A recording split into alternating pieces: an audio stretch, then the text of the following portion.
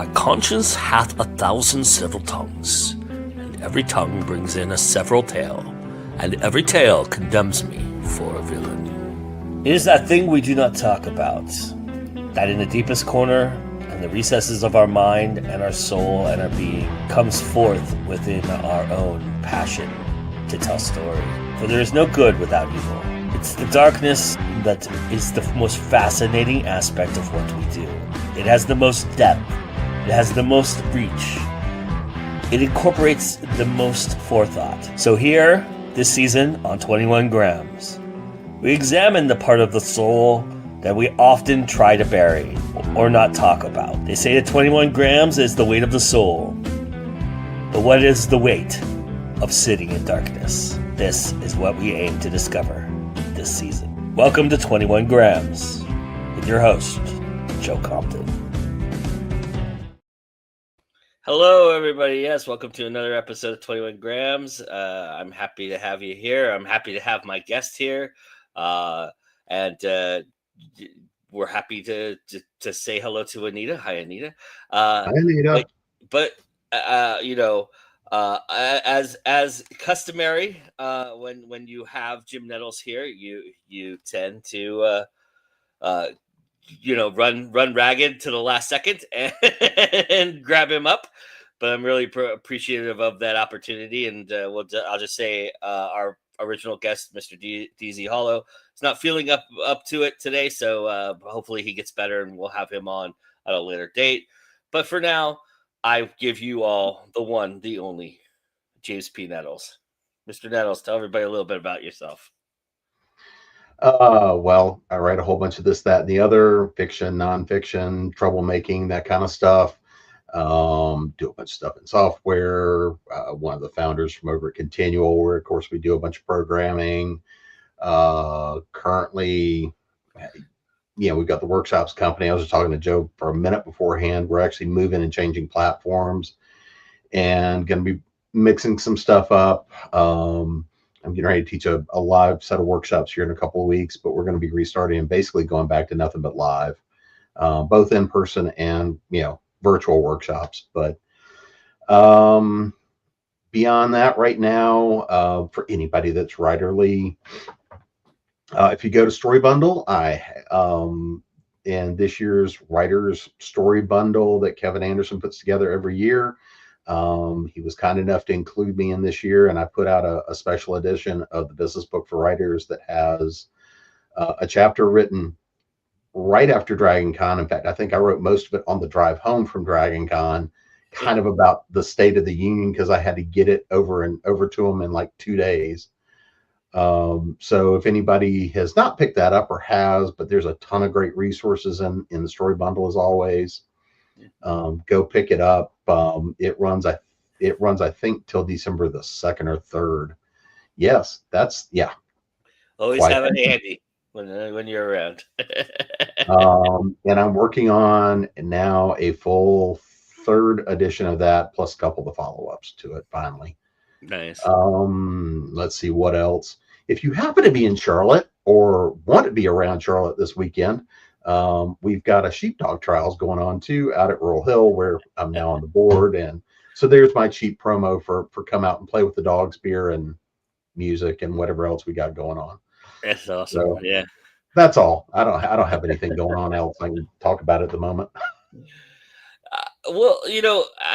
I reached out to you specifically, one, because I knew at the last minute I could talk to you, but also I think this is a really fascinating aspect of talking to somebody who has a heritage that I think is mired in darkness in a lot of ways. I mean, the Scottish heritage has a lot of deep, rooted, belief in fae, and there's all kinds of creatures that the Scottish heritage is belief in, and also truly there's lost kingdoms and things of that nature.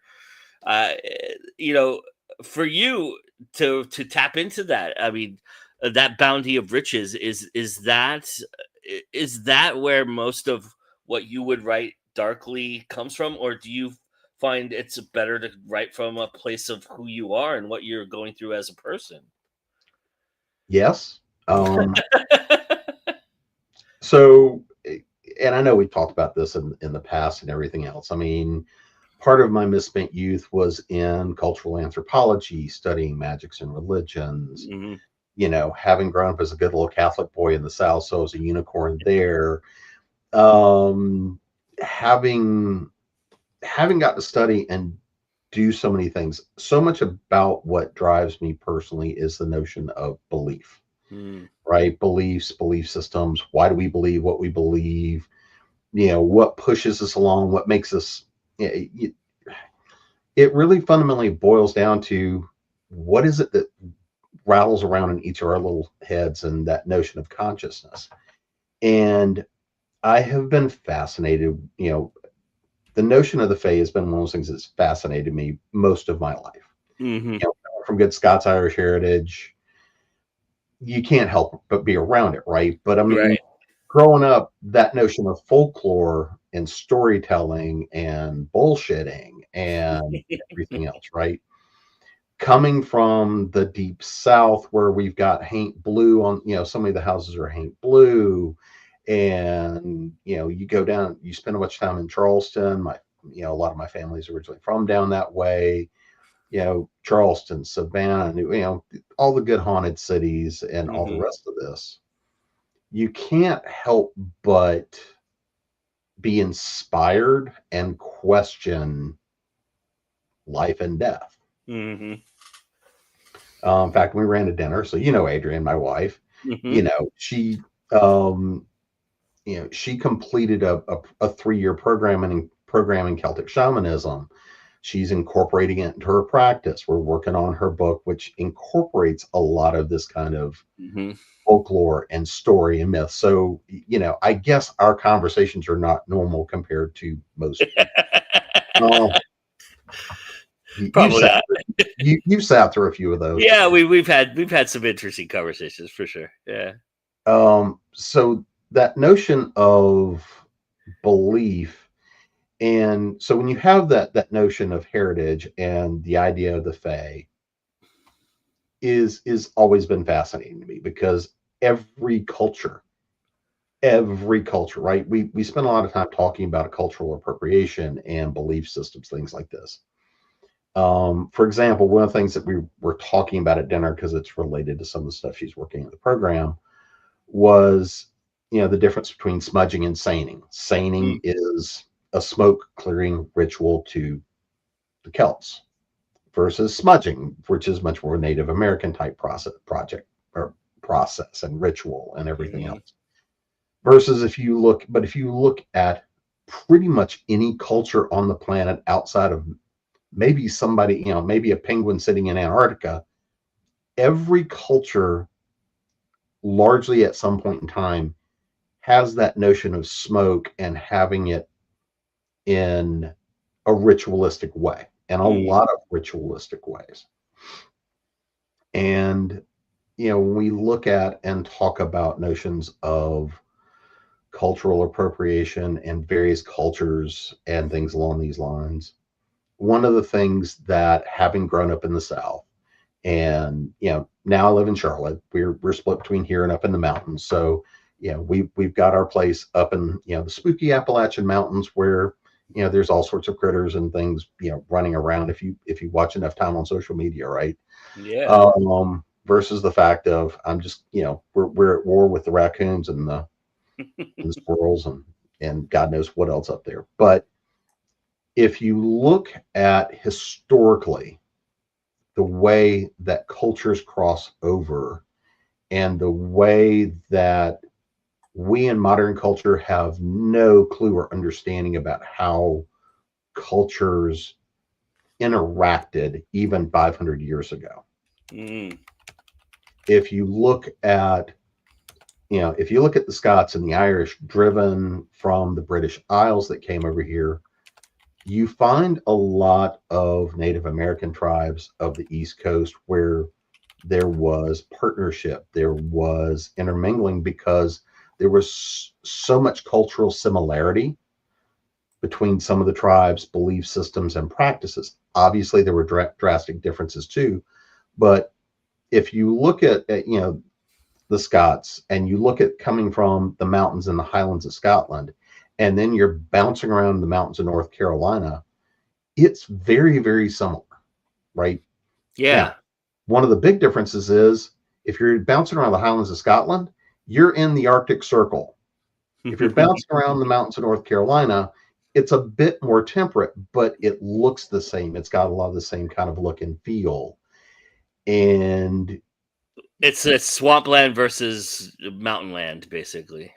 well, no, it's not, you've got the mountains of Scotland, you've got the Yeah. Highlands, all the rest But of that. most You got of the most of your Midlands, folklore is deep rooted in the South, is deep rooted in more of like bogs the and swamps. swampers, and yeah, yeah.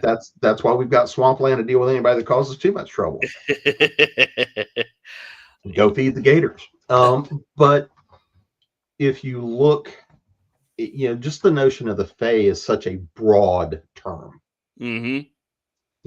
So much European folklore has some flavor of the Fae, whether you're talking about fairies, gnomes, brownies, red caps, insert your list here. Yeah. One of the things that really fascinates me. So Josh Cutchin is a folklorist and a good friend of mine. Josh has done like a bunch of the ancient aliens and stuff like that. He Yeah. edited the Fairy Films book. Yeah. And in fact, Josh was just on a TV Bigfoot hunt somewhere up here in the mountains. I missed him when he was in town. But so one of the conversations he and I had when I was putting together my piece for that Fairy Films book is one of my big fascinations about the notion of the fair folk is the connection with, are they the dead? Are they just the next incarnation of being spirits looking for life? And we've had a couple of good chats about that. Mm-hmm. And Josh has written some books on kind of that subject. I'm sorry, go ahead. No, go ahead. Well, I was just gonna ask, is that more of like alternate universe kind of dimensional the things, or are you talking about planes of this plane of existence being, ethereal beings and spirits, kind of more like that? So to partially answer that question is the answer that has gotten me in trouble a number of times when I have been on both paranormal panels and skeptic panels. But famously, I don't remember if you were there or not. There was Con Carolinas one year. I was the resident skeptic on a whole panel of folks, and somebody in the audience came and just was railing and said, "What would it take for you to believe?" And I said, "Believe? You can't even prove to me entirely that I'm sitting here in this seat right this second." Right? And you could kind of watch. Is that the famous panel with Bob that we're talking about? No, that is not the famous panel with Okay, Bob, good, but it might have been the same weekend. Wow, you had quite a weekend then. I don't remember that one, but yeah. But I think that this concept is important because one of the things that has always made me curious question is, what is consciousness, right? Right. What consciousness? It's not about what's life, right? The biomechanical, everything else, what makes the machine work. Right. It's what's consciousness? And I'm separating that from sentience, but what's consciousness? And if we look at how and I'm putting myself guiltily into this as well, if we look at how we tend to view and use creatures of folklore in fiction, right? We make them sculpt whatever narrative we want to do. Sure. We overlay our view, our personality, our take on top of them. And if we really kind of look at how these folklores are viewed over time, and if we look at things from a purely European culture standpoint for just a minute, and if we look at the fact that still to this day in much of the UK, if they see a fairy ring, you don't mess with the fairy ring. Right. You don't go through a fairy hill. You're going to have nothing but problems. Yeah. You go to Iceland. No, no, no, no. We don't do that, right? That's elf territory. That's known, we see this notion of there are places you just look and go, we don't do that. Yeah. Same thing. There are places around the countryside over here where we look and go, you just don't go there. You just don't do that. You just don't. And I've always really been curious because stories like that don't keep truth and energy to them unless there's something to them. Hmm. Now, from a pure anthropological standpoint, you can explain a lot of these things like, yeah, there's a big hairy dude in the woods. Don't go that way because he might carry you off. Well, you're telling that to the kids so they don't go run off and go drown in the river or whatever else may happen. Yeah. But at the same time,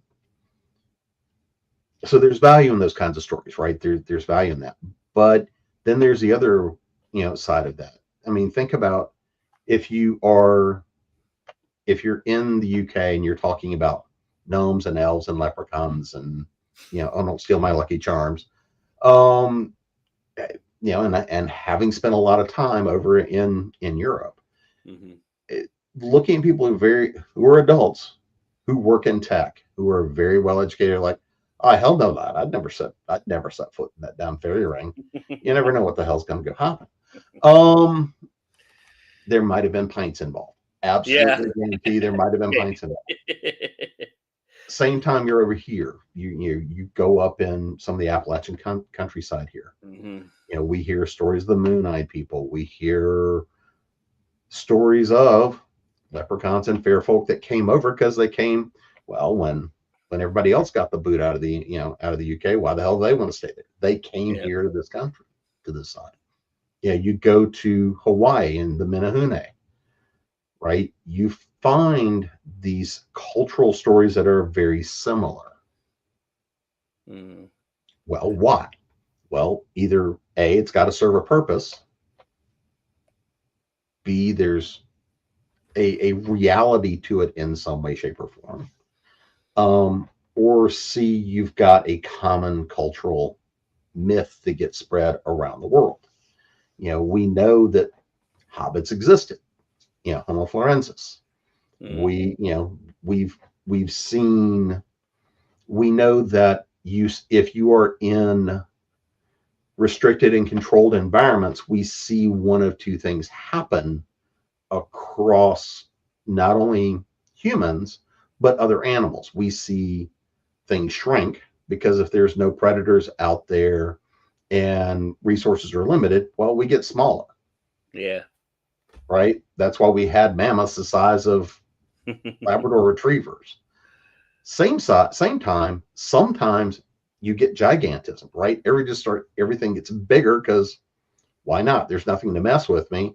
And, it's all a big buffet. And so you see both of these things happen. Anita has a question for you. Huh? Anita has a question for you. Okay, well, I'm not sure I've answered the first question. The answer is yes, it happened not once, but multiple times. There was a big story about it in about, I don't know, probably 10 years ago, where they were digging through one of those areas and they kept having problems. And finally, the construction company decided it was easier to build a lot deeper, a lot bigger way around it.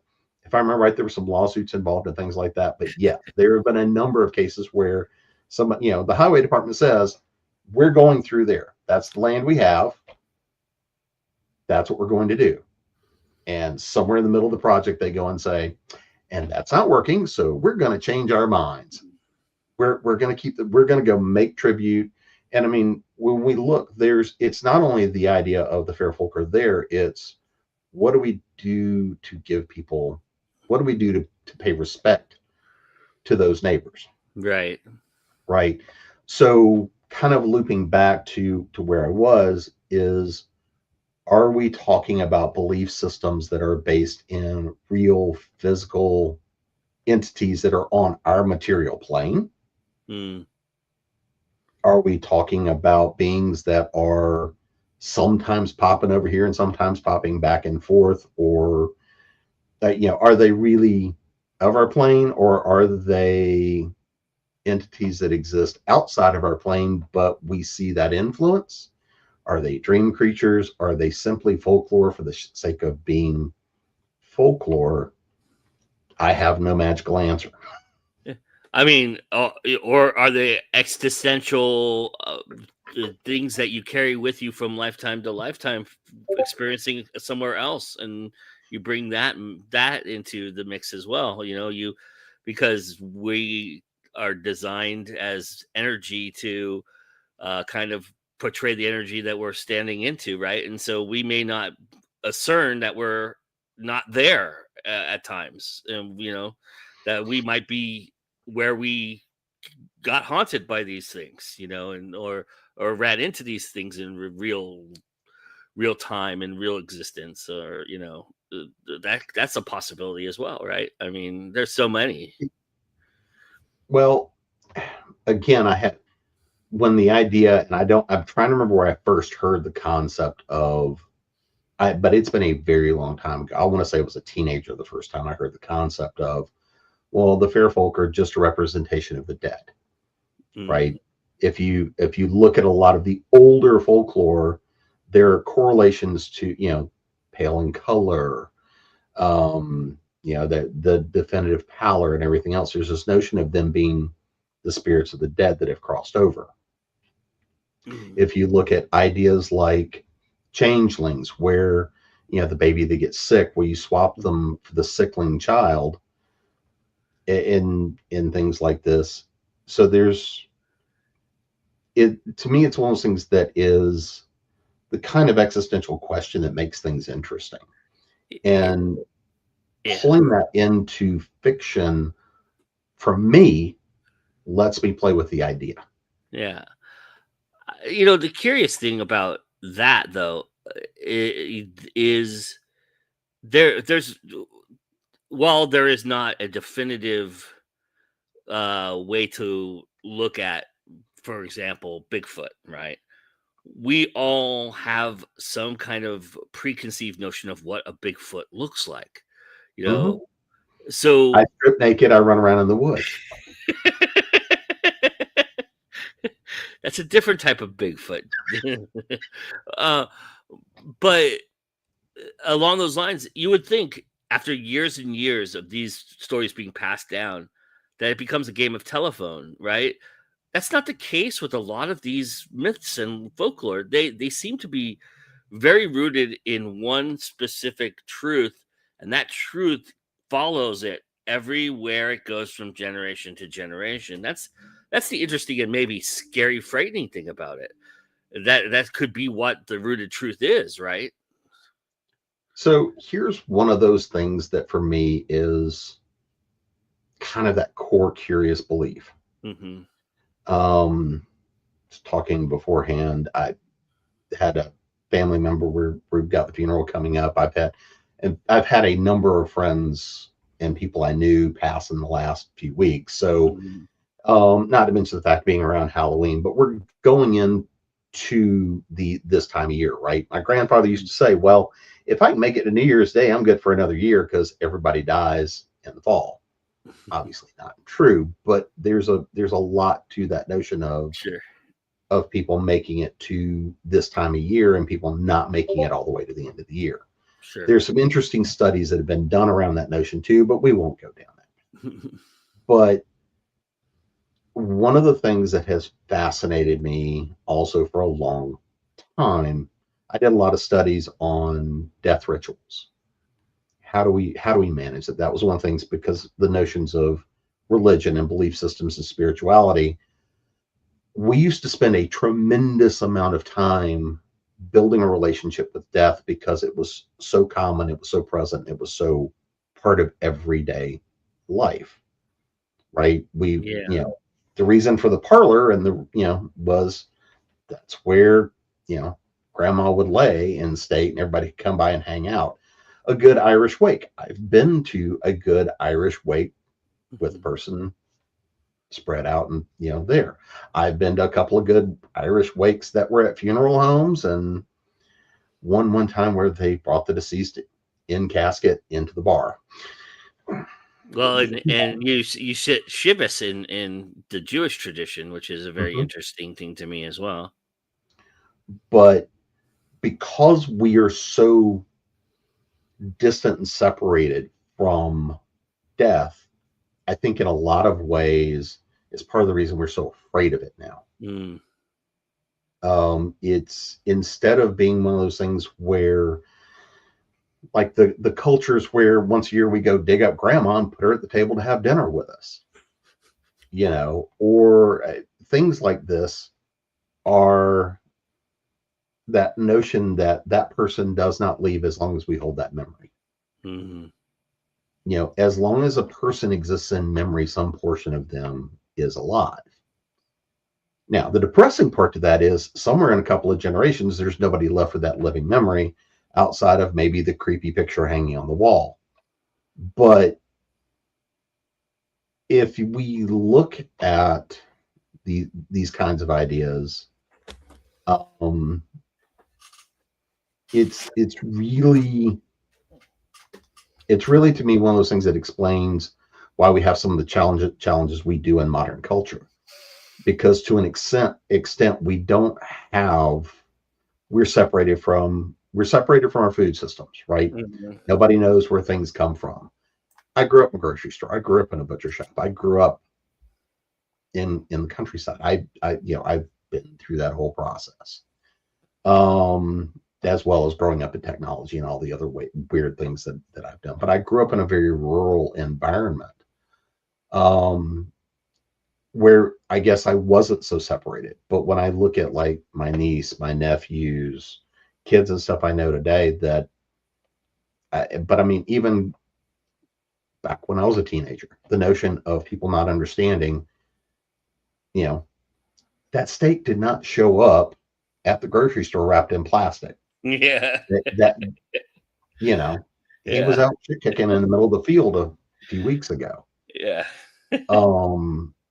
The I think that I was just reading a paper that was talking about the fact, and it was related to AI, and talking about the fact how rapidly over about the last 6 years, starting with the grand pandemic, how generationally there's so much genericization of creativity. We're losing so much creativity in our media, our entertainment, our work, our culture.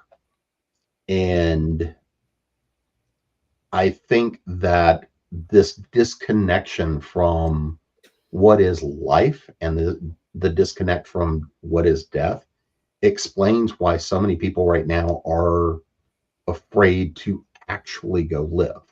Yeah. Yeah. I mean, and it also explains why things that are harmful or scary to you are much more that so now than, you know, I mean, you look at, and this is a poor example, and forgive me, but I mean, this is just something that came to my head when you were talking about that.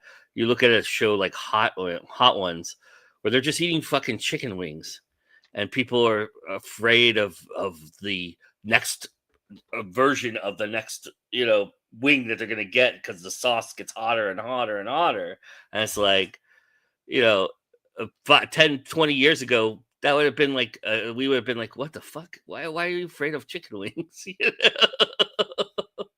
Yeah. Well, exactly. I mean, I mean, It's because we're disconnected from it. We're not grounding. It's why people are getting sicker and sicker, is because they're not out there experiencing the sickness early on and building immunity to it.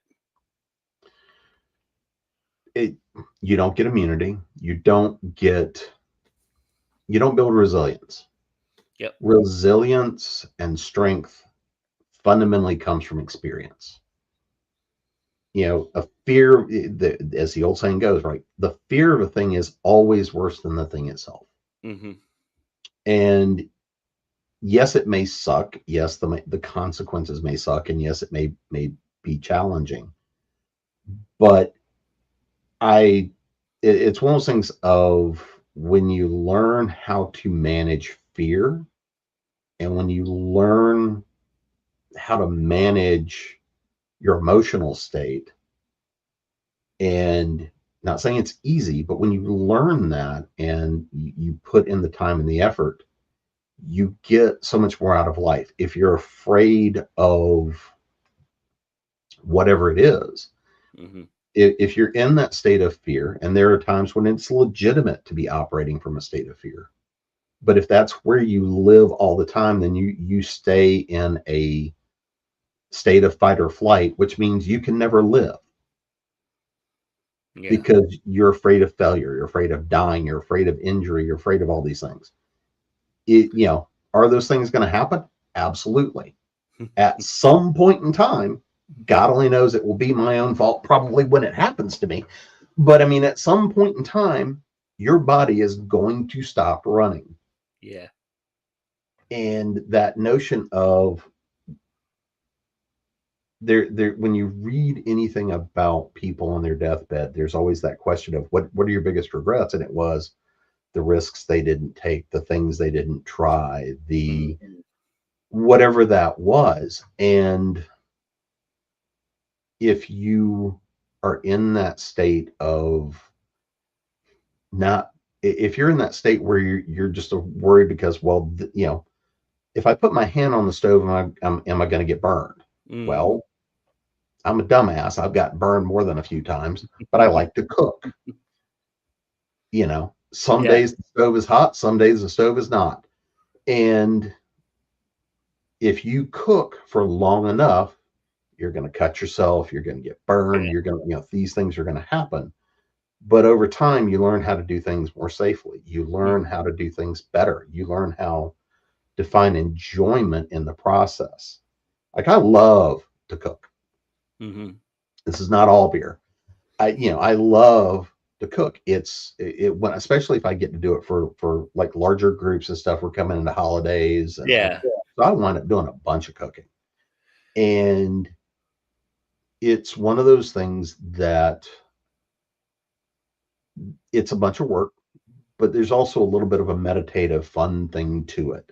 Yep. There is an aspect of, to me, one of the most fundamental social things that we can do is the old breaking of bread, right? Yeah. And I have seen way too many people railing about, well, oh my God, I've got to go deal with Uncle so and so, or I've got to see this person. I got to see this person. No, you don't. You don't have to see them. But by not being willing to sit down and break bread with friends, with family, or whatever else, all you're doing is shrinking your own universe.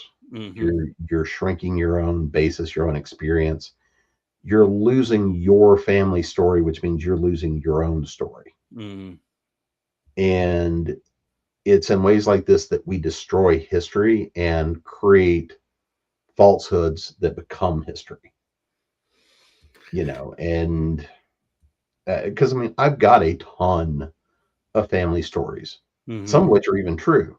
But we've got a lot of family history and family stories on both sides, and there's a lot of interesting folks in my ancestry. I have to imagine too, getting back to the artistry of it all, that right now with what you have, the knowledge you have for stories you can tell, and the fact that we're getting more and more scared as a society, or being, things that would normally wouldn't phase us are phasing us. That's just on the reversal end. That's got to be salivating for someone like you who has rich stories that you can scare the shit out of people with, Mhm. and enjoy that moment as well. So we have to look at why do a lot of people enjoy horror? Why do we like having the shit scared out of us, right? You get that little thump of the heart, you get the little rush of endorphins and adrenaline, you get this fun little kick, but you know you're getting it in a safe environment. But and because I have a sick and twisted sense of humor, and I probably started watching horror movies way too young, most of them are funny as hell to me because Yeah. I'll see something and be like, "Oh my god, that's not even close to whatever the folklore was." Like, so we just did a trip with a bunch of my old college friends. We've been together for a few years now, and we went rented a condo at Myrtle Beach, Hmm. and we went and did this whole haunted dinner experience a couple of Oh, weeks ago. jeez. And so, dinner, and they did and this is like one of the top 10 haunted places in the country, and they've done Yeah. some of the TV stuff, all the stuff that happens, right? Now, one of the things is the Haints do not like me. They have never liked me. They will all scatter and be. So after it was over and after they closed the restaurant for the night and everything else, you got to walk around for like an hour, and well, so and so's in this room, so and so's in this room, and so I'd walk in. Okay, I'll flash. I did the camera thing, routine, Uh-huh. and everything else. Nothing. Not a damn thing. All the rest of them get all sorts of interesting stuff going on. Me, nah. I'm like, the only spirits I saw at the bar were the ones behind the bar, and it was nothing I wanted to drink. So but but because we're also all old movie hacks and stuff like that, so we wound Yeah. up watching the first Conjuring movie and I'd never seen it because so we're sitting there watching the first Conjuring movie, and I'm like, well, that's not the way that happened, and that's not the way that happened, and oh, they forgot. I'm like, now, granted, it's the based on a true story stuff, right? Yeah. Yeah. But then we started watching the remake of The Omen 666. Hmm. And I've seen parts of it before, and I've never watched the whole thing. I'm like sitting there going, because we watched the original, then we started watching the remake, and I'm sitting there going,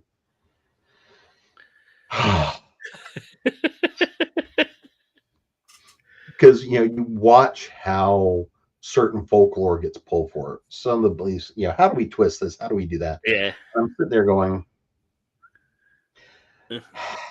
can't we just watch a bad slasher film? Something that doesn't try to take itself so seriously.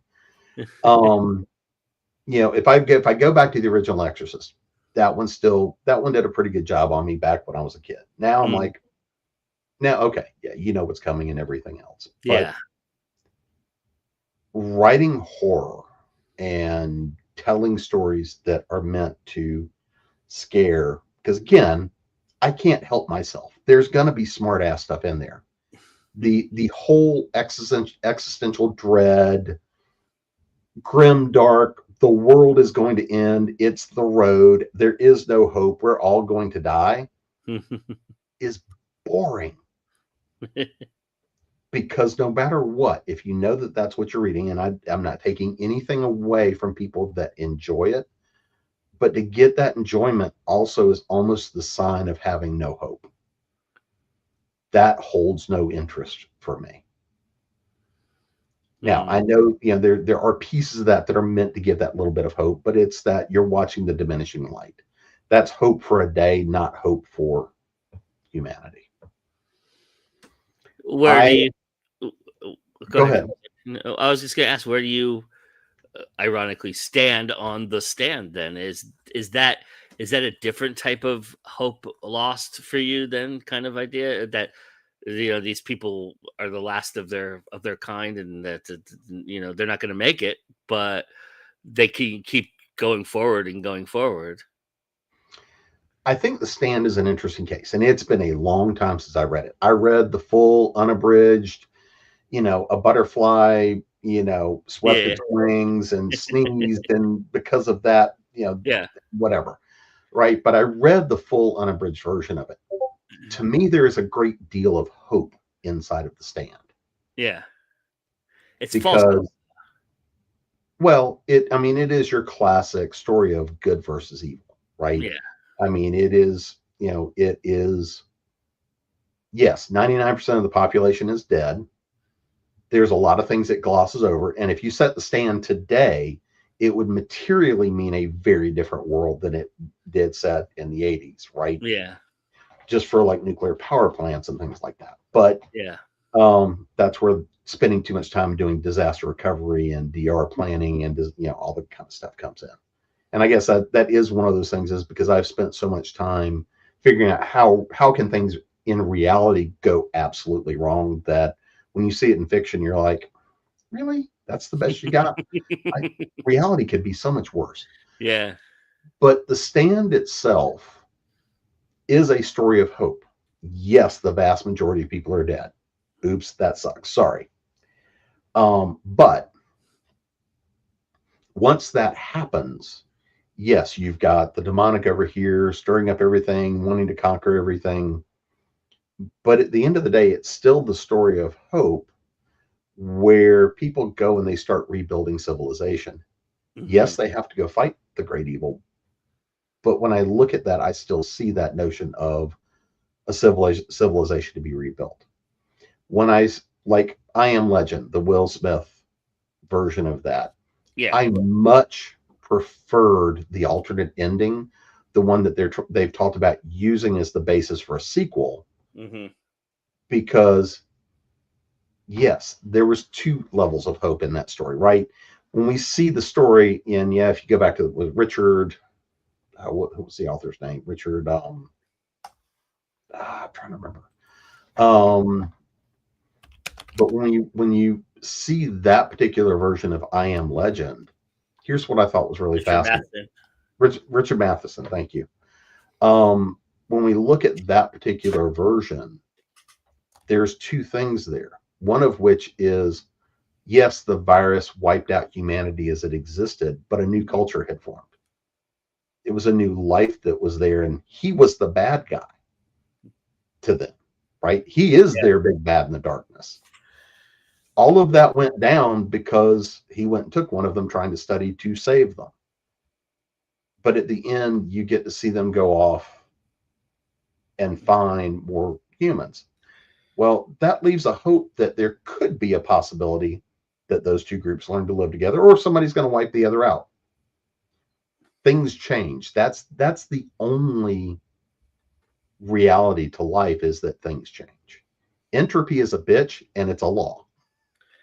So where do you stand on one of your favorites of all time in Dune, and do you look at it as one part, one section? We had at the Dune panel at Multiverse, we had this discussion actually. Where does Dune begin for you and end for you, and the next part is that just extension of whatever, right? Is it like I believe after Messiah, nothing comes good after that for me. But because I think Atreides story, Paul Atreides is the story that always gravitated for me, and really his story ends at the end of Messiah. I mean, he comes back, and all of the weird shit that happens after that. Sandworms become gods, and gods become sandworms and shit like that. But it's for me, it it it, it's kind of like jumping the shark aspect of it, right? But that is where hope gets a little ridiculous in that respect. Well, part of the reason I really enjoy Dune is because it's an interesting cultural study, right? Because yes, you've got plenty of the big bads, and yes, we see House Atreides as this great heroic family. Mm-hmm. They aren't. No, None of them are. yeah, This everybody's is awful in these stories.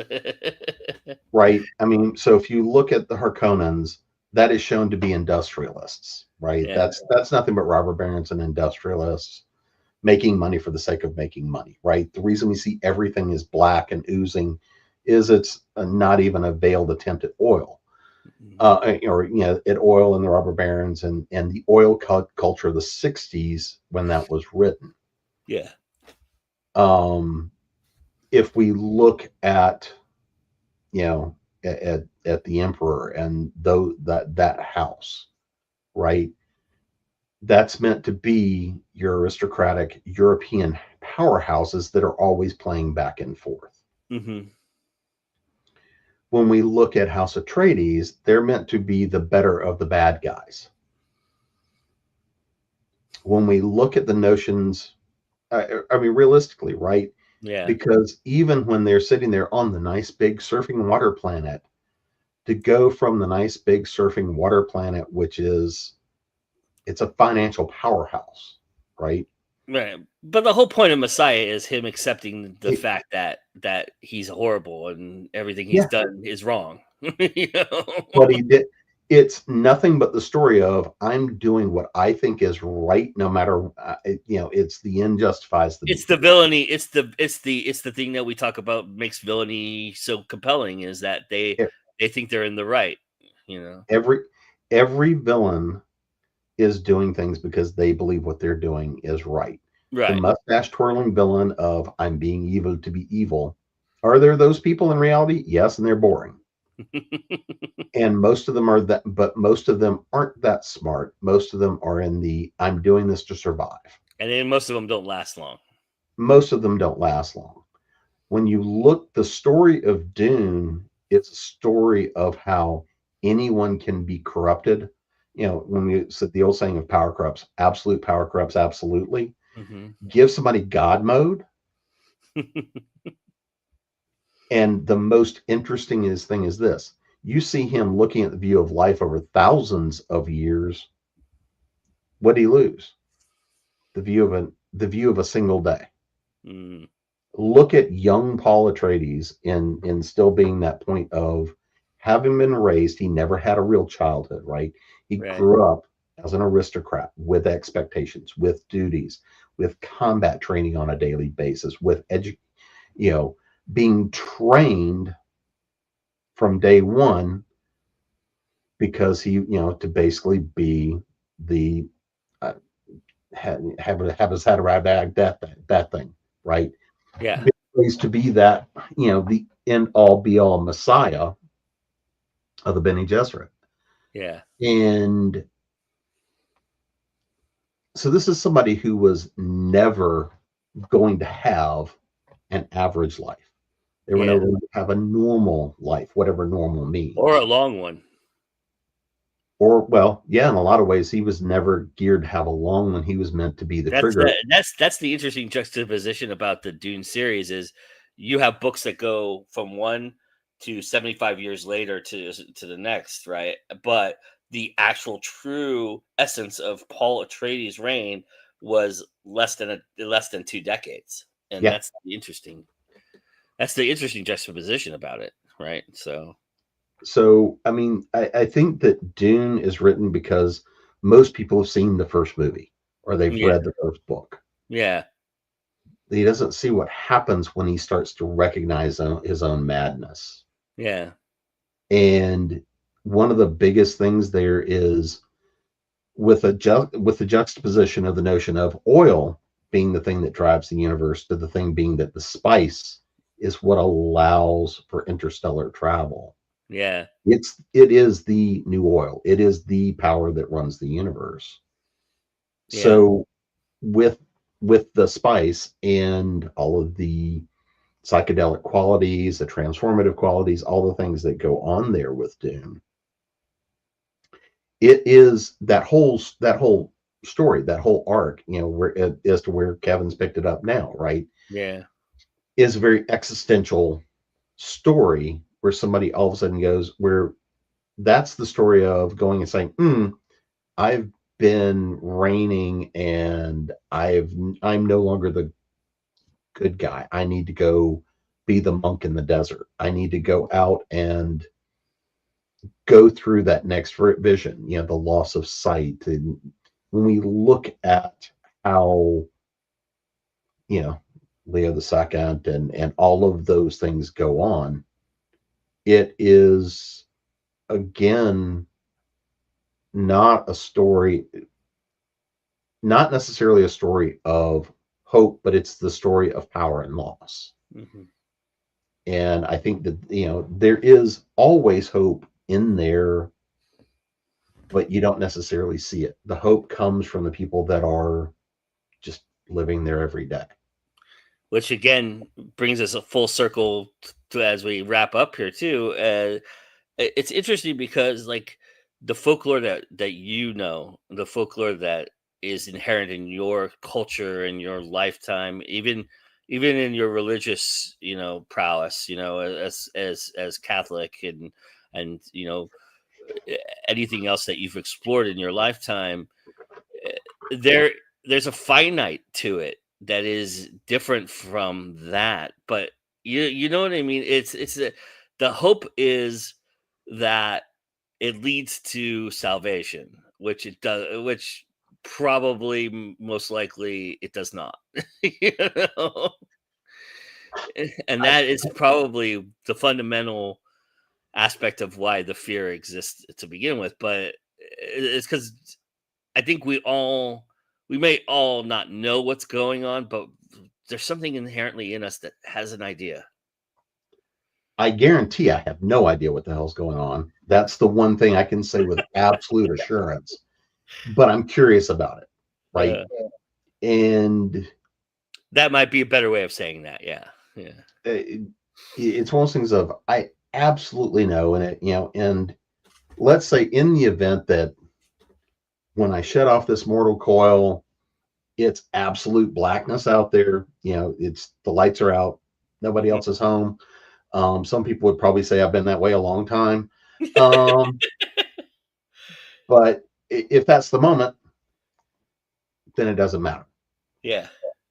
If there is some grand returning to the grand essence of the universe, I've always been fascinated with that notion of, okay, great, let's go with that holographic universe notion, even though they're trying to disprove it with the math the last couple of weeks again.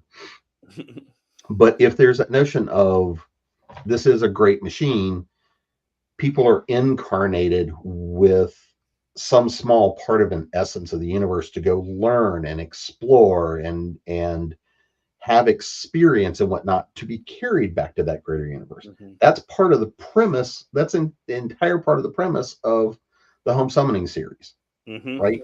Is that notion. I described it as the tears of God. There's these little Yeah. shards around with stuff that's got a little too much juice. And it looks like the last four of those are going to be coming out because somebody's wanting to pick up the whole series. There you go. But it's that existential notion out there of what's the value of life. My main character spends the first couple of books waiting to die.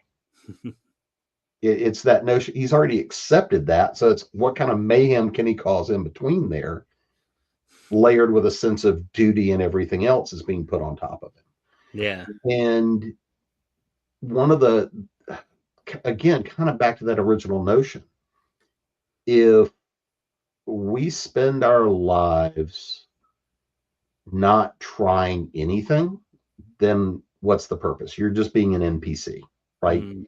You are, if you get up in the morning and you go the routine, you go do work, you come home, you watch a few hours TV and you go to bed.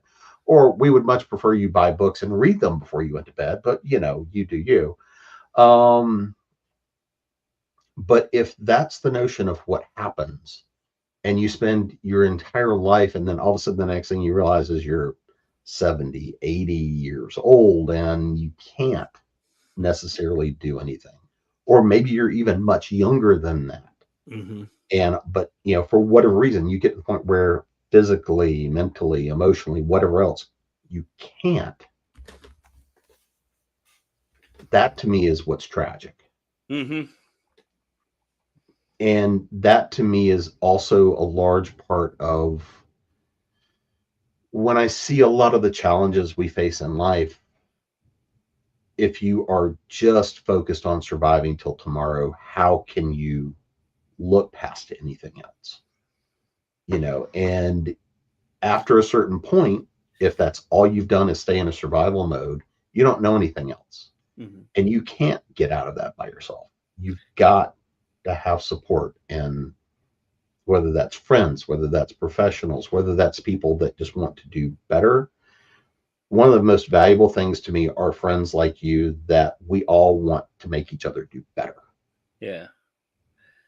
Uh, is it fair to say in the home summoning series when the notion of death no longer parades its fears toward your characters, that's when the most interesting things get discovered, and and it really becomes really weird and interesting?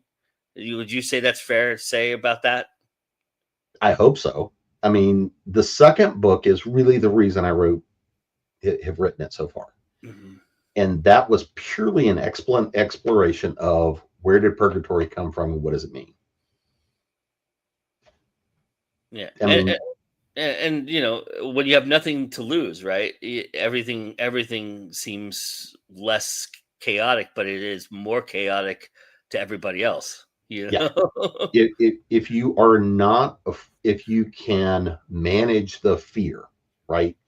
If you can manage the fear, you can manage the threat, then if you can accept that, then you're much more ready to face whatever's coming at you. And often you're much more prepared to face that than whatever's creating the challenge. And I realized by asking this question, I'm going to extend our time together. But I have to ask it because I think it's important in following up on that, and that is the idea that if if if you have these characters facing purgatory and you're in that space as you're writing it, right? You're writing these characters with their fearlessness or their lack of fear because they've given up. Where does that where do you find the idea to make the reader fearful of what you're doing? How do you convey that? Because that's what is ultimately going to win the reader over, right? Is watching these characters do all this shit and going, "What the fuck? Why are you doing this? You're Yeah. going to die." So is it just being in that space that helps that, or is it? Do you have some kind of idea of how to convey that outside of because your book's not first person, right? It's It is. So it is first person, okay. but written in the past. So out of the 7 books, so there's the first trilogy is out, it's completed arc. Yeah. There's a second trilogy, which 4 and 5 are written and have been sitting there for several years. I've just not gone back for the rewrites because other stuff caught up, right? Yeah. But the second trilogy is where all of a sudden, because he survived that, now he has fear. Ah. He has So fear. you Yeah. add that element to the character as opposed to trying Hmm. to enhance the reader's experience. Because the first one is a little bit of that. He's past the existential dread. He's already accepted a fate. So it's like, well, shit. All right, let me go do what I got. I've got this amount of time. Let me go do what I can do with it. Because otherwise, what's he going to do? Yeah. Because there's a sense of duty and obligation because that's how he was raised. Still doesn't know all the reality of it as to what's happened, but because he's in that position of what the hell else, that's how the first book starts. Is somebody's like, look, you're about to get blown to oblivion. You owe me a favor Yeah. and I'm going to collect. And this is somebody who has the power to collect, whether it's now or later, Yeah. they're going to collect. Yeah. And so it's a bit of that, well, shit, let me get this off let me get this off my marker. And as he starts, he is pretty damn bitter and just sort of soulless and just making his day through. And it's as it progresses along, you see some of that fear build. The first book is just a shit. All right, what else can go wrong? Yeah.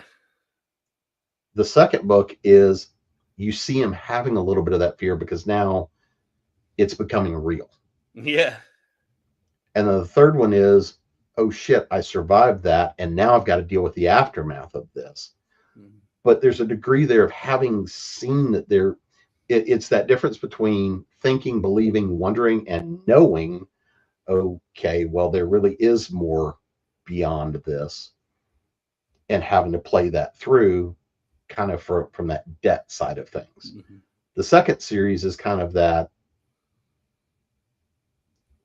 it's an aftermath, but it's a second complete arc of that life. And then the seventh book is what brings it to present day, and it all kind of merges together. So that there's a prologue and an epilogue in all of them, which is the narrator reading his journal. That's the reading. It's written as first person kind of. It's not epistolary, right? It's written as first person, but you see her reading the story, going through as she is growing. So she's aging. Every book is about a year between beginning to end. And so she's seeing that, experiencing that, and getting to kind of see this written as a life journal, right? Think about from, where he's not writing the book. This is kind of that scripting of his life. This is young Jim sitting on the lap of Grandpa, Grandpa telling him a story, basically. Yeah. Or Grandma. Yeah. With a bitchy librarian. Yeah. Yeah. Go ahead. Sorry. Well, I mean, again, it's that particular series is a fun exploration. The one I'm trying to deliver, it hopefully will be released by the publisher about Dragon Con next year, is a cozy mystery series. But it's, what if Hogwarts was a retirement home and, was Cage Cove and all sorts of weird shit happening.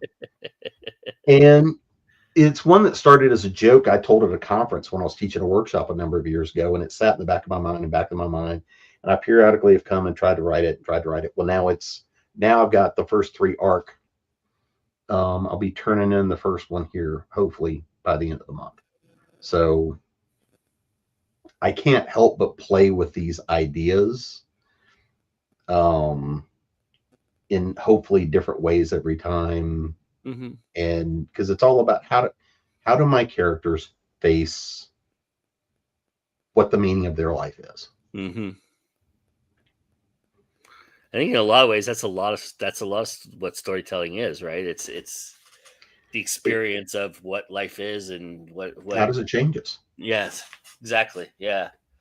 Are you you find that writing like the Summoning series, for example, is that your comfort zone, or do you feel like you have to tap into something deeper in yourself for that?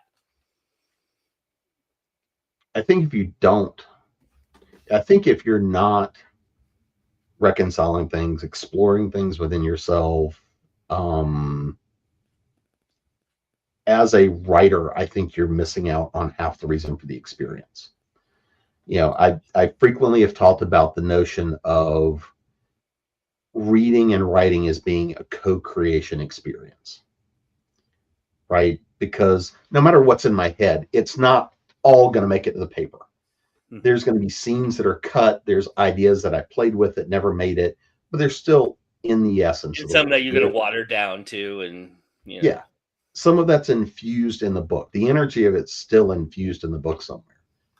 But then the way that a person picks that up and reads it and what they get from it is going to be, at least in some ways, different from what was in my head at the time, right? We talk about that, what's the movie in my head as the words went to the paper. That's what we just talked about on Sunday. So, so is that scripting and going through, because somebody else's life experience, what they've seen, what they've read, what their belief systems are, what their ideas are, all of that means they're going to experience it to some degree differently than the way I did in the creation experience. Sure. And this is the reason that I think when we look at fans arguing about their fandoms, love to argue, is because it's how they experience that universe. But if you have a big enough fandom over time, that creates the real truth of the fandom and of the universe, not necessarily what the creator intended, because sometimes the curtains are just blue. Yeah. And it's, to me, again, as a creator, if you've got that opportunity to tell a story that impacts people enough that they want to go argue about facets and why did this character do this and what are their motivations and all the fun stuff that goes on and happens. That to me is the really big point of creativity, that you've made people actually think, not just consume. Nice. I mean, when you look at stuff from film, TV, everything else, there's a lot of good things about having a visual medium. You can control sounds and angles and color and filters and all the things, and you can have a lot deeper control over what the person's experience is. And But it also, still that doesn't always translate to the experience that that person has. correct, because not every person is going to have the same basis by which to understand what they've seen or comprehend it in the same way as intended by the filmmaker. And I but again, there's something about the fact if you're just looking at the words on paper, maybe it's an audiobook, you're getting to listen to it. You have to build that world in your head. What the characters look like. There's so much more that you pour energetically into the work that makes it yours. And I think this is why we often see readers take so much ownership of the books that impact them and that they remember, is because you pour so much more creative energy into being able to see and visualize and live the story. Yeah. Well, tell everybody where they can find the Home Summoning series and everything you're doing out there for people so that they can come check you out and get these wonderful stories and interpret it their way. Well, the easiest thing to do to find everything that's currently out is come to the website, jamespnettles.com. You'll find the books out there that are under both me and as James P. McDonald. One of the things that I'm talking about with the new publisher, because I just got rights back from some stuff I'd done under some other names and some ancient stuff and some other things like that, is we're going to consolidate it down, and we may just re-release everything as me. Or we'll segregate between the two, but I'm just trying to simplify my life. I don't necessarily have to constrain stuff as much as I used to because of, all the good professional stuff. But now come there, check it out. There's a lot of stuff that is, probably going to finally come out in print for the first time. There's a lot of stuff that probably, some of which hasn't been out for a very long time, that we're going to be reissuing. And some new series. Plus, there's a number more of the longbow series that should be coming out. Should be doing more with the Home Summoning series to get that arc rounded out. I will be teaching a lot of workshops again. So if anybody's interested in the stuff I'm doing, so right now we've got the one class I'm left teaching this year is full. But I may do one more. So if anybody's interested in some of the business for creatives workshops that are coming, ping me. We may have time to line one more up this year. If not, be doing a couple of them probably in January, and then we'll be putting out kind of the new schedules. We move over to the new platform. If you want to do them in person, we'll probably be doing them out of our office in Raleigh. But if not, we'll also be doing them virtually, but I'm still limiting the class sizes. We will have some stuff that's, pre-recorded, you can go to anytime, but I much prefer, and I find that as we work with folks, getting it live is a lot more effective. Sure. And a lot more useful, even though we'll still be recording all the sessions so cohorts can have those available. Being able to interact and ask questions. Again, the story bundle, right? Go to storybundle.com, and I think it's storybundle.com writers, but it's one of the two bundles out right now. If you want any books signed in time for Christmas, for gifts and all that good stuff, happy to ship and sign. If you want to find some of the shows and stuff we're doing, come over and check us out at Continual. Easiest place to do is come join the Facebook group. You can get there from the website as well. There are some new things that hopefully we'll actually be able to talk about. We've been working on for a while. some new game products, some other stuff we're working on with my partner. So yeah, I'll get to sleep when I'm dead. Maybe. Maybe somebody will be poking me We and don't waking know. me up. It's the universal question. Will I actually ever get sleep? No. Well, and it's because that just means more because it's always time to go indie now. So we will see you on the other side, everybody. Thank you so much for joining us. A lot of programming coming up this week. Check us out. We'll be around. Bye, everybody. Thanks, everybody.